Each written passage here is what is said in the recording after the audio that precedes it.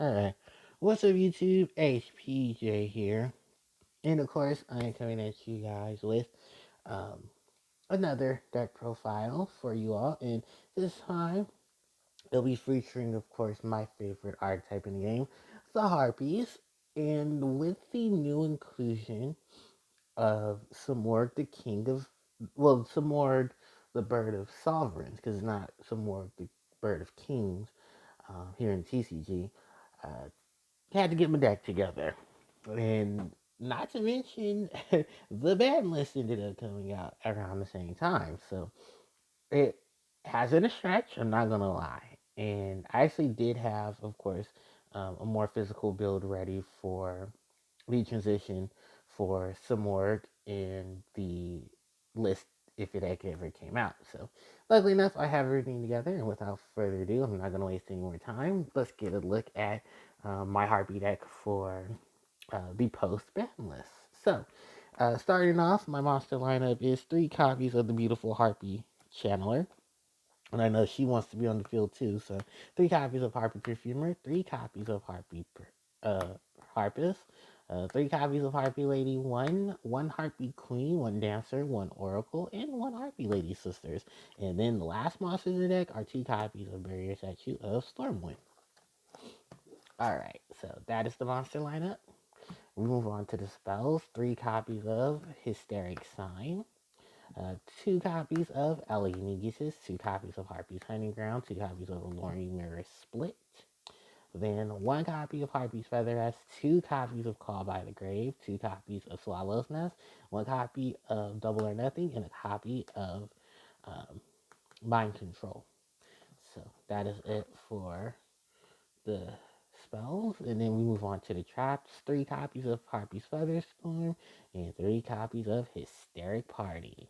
All right, so that is it for the spells, the traps, and the monsters. That is a total of 40. All right, get this together, and then let's move on to the extra deck. So that's the extra deck for the Link monsters. 2 copies of Harpy Conductor, 1 copy of Great Fly, 1 copy of Samorg, the Sovereign of Birds, 1 copy of Beryl Sword Dragon, and then for all the Link monsters, for the Seed monsters, I'm sorry, 1 copy of Harpy's Pet Phantasmal Dragon, 1 copy of Tornado Dragon, 1 copy of Lightning Chidori, 1 copy of Castell, 1 copy of Ice Beast Zero Fine, 1 copy of Abyss Dweller, 1 Utopia Double, 1 Utopia, 1 Utopia Array, and 1 Utopia Light, the Lightning. So that is pretty much it for the extra deck. That's a total of 15 cards. And the deck itself um, really just threw itself to where it was. So the 3 copies of Harpie Chandler, she is your big combo player. Discard a Harpie card, so summon a Harpie monster from your deck. If you control level 5 or higher Harpie monster, if you control a Dragon type monster, this monster's level becomes 7, which is only optimal if you're playing your dragons. Otherwise, Harpie Chandler is really just here because um, she is, of course, the key component to a lot of the big plays in the deck. And she has, the additional summon. She's hard related no matter. She's hard related while she's on the field or in the graveyard. And she is one of the big cards you search for in this deck. And you want her either on the field, you want her in the graveyard to come back to the field, you want her in your hand, so you can drop her onto the field as well. Next up is Harpie Perfumer, and she's another 3 because she searches for spells and traps that specifically list Harpie Lady Sisters in his text. Now, although many of us may not run the Elegant Harpie Lady, I'm sorry, the Harpie Lady Elegance, Harpie's Hunting Ground, Elegant Egotist, Alluring Mirror Split, Harpie's Feathergrass. Those are the cards that we seek the most out of because those are a lot of the extensions or a lot of the playmakers when it comes to our spells and traps. Now, the triple perfumer is pretty much because she has such an easy flow to herself. In that, when her normal summon or special summon, bam, you're searching for cards. The great thing about Harpie Perfumer is when you have that level 5 or higher Harpie monster, you're able to add additional cards. So, in conjunction with Harpie Lady Sisters, who I'm running, you also run, if you run a dragon, or you have a dragon on your board, Chandler will become 7, and then Perfumer can search for that additional card as well. So there's a lot of positives that you can get off of that high level monster, the high level Harpy monster being on the field. So yeah, that is them. Then we have Harpie Harpist, who can search for either Perfumer, Channeler. She can search for Harpy Lady One, Dancer, Oracle through her ability. Then the whole normal summon, then you can return a winged beast and a face up monster your opponent controls back to hand. So you get a compulse, and you also have a search all in one monster. Although the compulse is not relatively used as much, you can easily take advantage of it if you want to run cards like Divine Wind of the Mist Valley. You have Harpy Dancer, and you have Conductor's ability as well. Then we have Harpy Lady 1. So I'm opting to run 3 Harpy Lady 1s because she does give the additional attack boost. She's Harpy Lady no matter where she is. So she is your primary elegant egotist target, unless you're running Harpy Lady Sisters as well. And that's also your additional target. And just sequentially, there's not much that can be done to her because she's always Harpy Lady. So the only thing that can easily be negated is the fact that the whole 300 attack boost can be nullified. But that's about it. Then we have Harpy Queen to serve as an additional 1900 attacker, and she searches for Harpy's hunting ground. Then we have Harpy Dancer, who, although she hasn't been as strong as she used to be in the past, Harpy Dancer still gives this deck its bounce effect, and it can work out relative if you're trying to get over stuff or your stuff has been negated or your stuff got negated, but you can still have the chance to mitigate a lot of things with Dancer's little effect. I mean, she does still combo well with a lot of pieces, so that helps too. Harpy Oracle, if you got that level 5 or higher Harpy monster, you can drop her from your hand during the end phase of turn in which she was a normal or special summon. You can add Harpy Speller Trap with Harpy Lady Sisters in his tech named in his text from your graveyard to your hand. So she's the inverse of Perfumer. She's a little slower, and she does have a great special summon attached to her, so that's never a bad thing with any Harpy monster if you can get a good special summon off of them. And then there's just additional names. So the reason why there's only one of her in Queen as opposed to there being two of those is because I did want to fit in the barrier statues and just to optimize them as well, because you can easily get back to them, you can easily get them on the field. It's just I want to add in the barrier statue, who I'll talk about in just a second. And then of course the only high level Harpy monster in the deck uh, in origin is Harpy Lady Sisters, the second target of Elegant Egotist. Although most people don't like playing Harpy Lady Sisters, I just run the one of. I think that's all we ever really need until we get a retrain, which we don't know when that's ever going to happen. But yeah, for the most part, this is the monster that Perfumer and Oracle have their targets for in terms of spells and traps because their name is listed in them. The highest attacking winged beast in the archetype because there's literally no other winged beast that gets as high as Harpy Lady Sisters in base and then amplified up.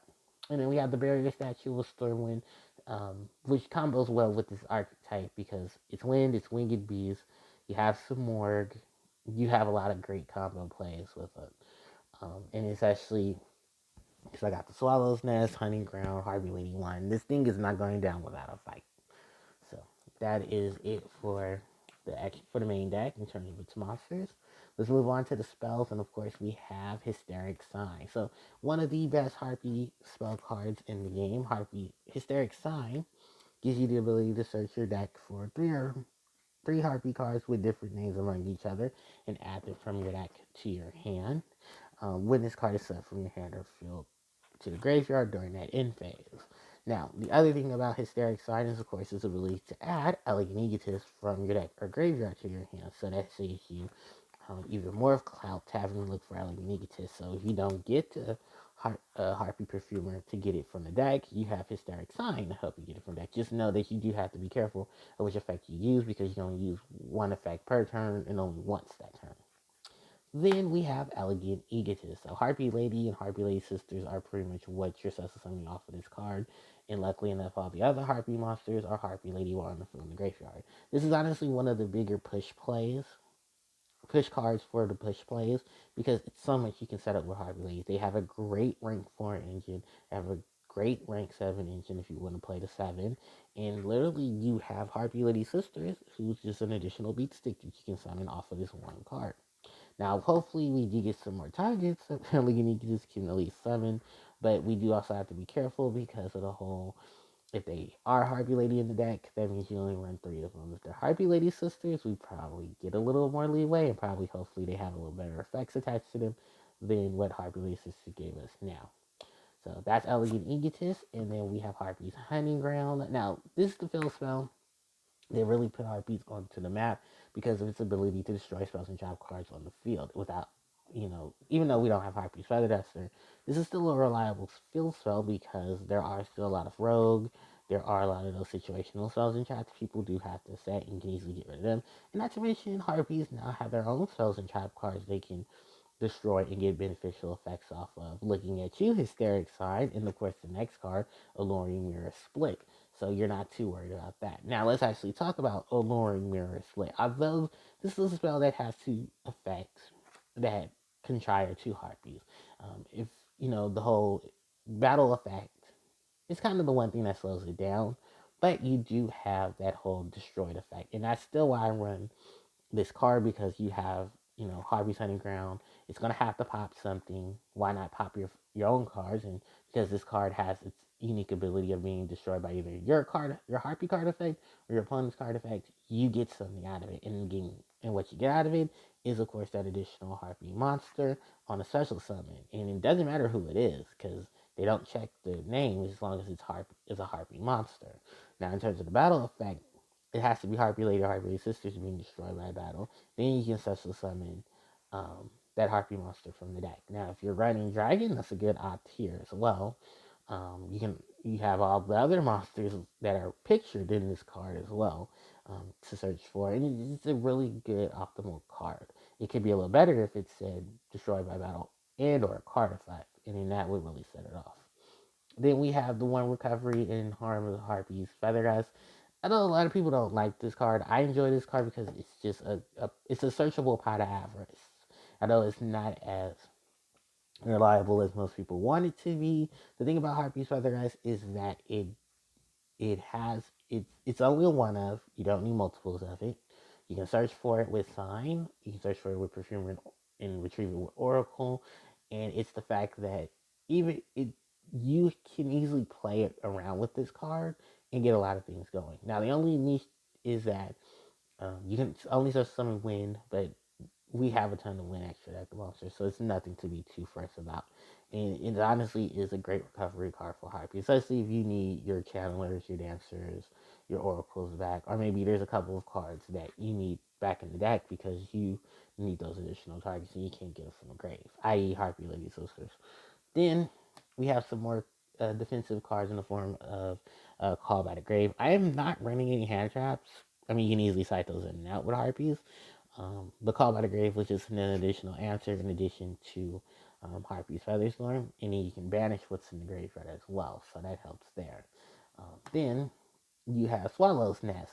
Swallow's Nest is swap out a Harpy for a Harpy, or swap out a Winged Beast for a Winged Beast, because you can easily put um, the old barrier statue of the Stormwind onto the field. So in conjunction with Call by the Grave, you have barrier statue of Stormwind, and your opponent's really not doing much because you're banishing any monster effect that's going to activate, especially the ones in the graveyard. You want to get rid of them as fast as possible. You have Swallow's Nest to help you out with barrier statue getting to the field, or getting a Harpy to the field, and you can pop cards with Hunting Ground. You just have a lot of edge with it, and a lot of versatility with just the back and forth. Then we have the one Mind Control, which is at one only because of it's just a really good spell card. Helps with synchroing, helps with exceeds, helps with links. It's just a really good optimal card. And seeing as where it is now, yeah, it was bound to happen. But I'm running the one up because it is still a relatively good card in some of those case situations. And then the double or nothing to go with the Utopia engine. So that is it for the spells. And then as far as the traps go, we do have, of course, 2 of Harpy's powerful trap cards. Out of the 3 they have physically printed, Harpy's Feather Storm and Hysteric Party. Hysteric Party is pretty much Harpy's biggest push when it comes to a lot of the massive summons. Such summon as many Harpie ladies from the graveyard as possible, and of course, Queen, Chandler, Dancer, Oracle, Harpies, Conductor, Perfumer. All of them are Harpie Lady while still in the graveyard. You have Harpie Lady 1, 2, 3, Cyber Harpie Lady. You just have a good range of what this card can pick up and what this card can do. So that is an amazing factor for an archetype overall. And then you have Harpie's Featherstorm, which just breaks the mold for trap cards being actual hand traps. Because you can trap this card if you have a Harpie monster on the field. If you control a winged beast, negate the activation of your opponent's monster effects till the end of the turn. So you don't have to worry about too much there. They're locked behind Featherstorm, and then on your turn, if you get into another Featherstorm, bam, drop it, and then what else can they do? No Ash Blossoms, no Ghost Bells, none of those, crazy shenanigans going on. So that's it for the spells. For the trap cards, which, oddly enough, I did bump before I move on, I did bump this up from 2 to 3, and that's just simply because of the amount of Harpies that I am running in it, and it's probably the only other traps that I am running in the main deck. Alright, now that we're moved from the main deck, let's move on to the extra. The double Harpie Conductor. I did used to run 3 Conductor, but like I said, I needed room, and I was fitting in new cards. She is great for the offense and defense, because you can easily put a lot of your Harpie monsters on the board. If they're getting destroyed, you can destroy your own spell and trap cards.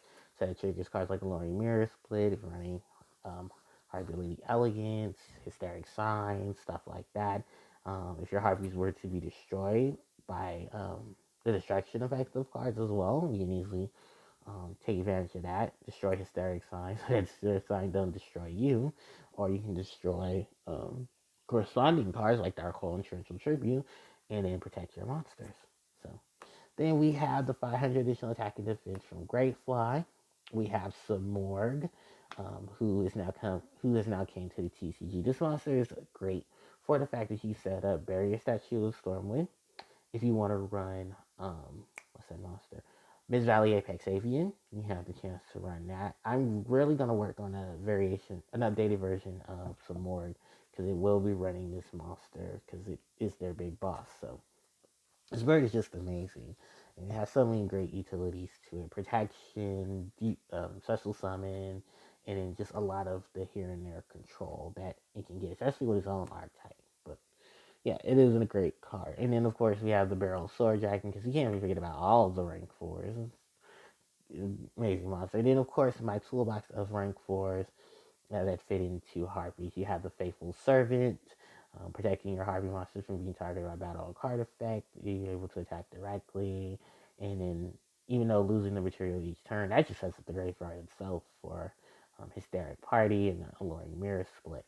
We have Tornado Dragon for removal. We have Lightning Chidori as well as Castel for removal, but these are removal in terms of face up or face down. Then you have Tornado Dragon, who can do a quick effect, but you can't destroy your own, Alluring Mirror Split and get its effect off because it's not a Harpie card destroying it. So just to fret that note, we do have Ice Beast Zero Fine, a recurring assist in a lot of Harpie decks. We have this Dweller for dealing with the graveyard, and then of course the Utopia package, which is double to go get double or nothing, and then you drop that Utopia, and then if all out fails, you still have Ray into Lightning, and then Lightning in its ability. So yeah, that's pretty much it for this deck profile, you guys. And I just want to say thank you all so much for watching. Don't forget to like and subscribe to the channel. Of course, hit that notification bell for more to come. Thanks everybody for watching, and I'll catch you guys next time. HPJ signing out. Take care.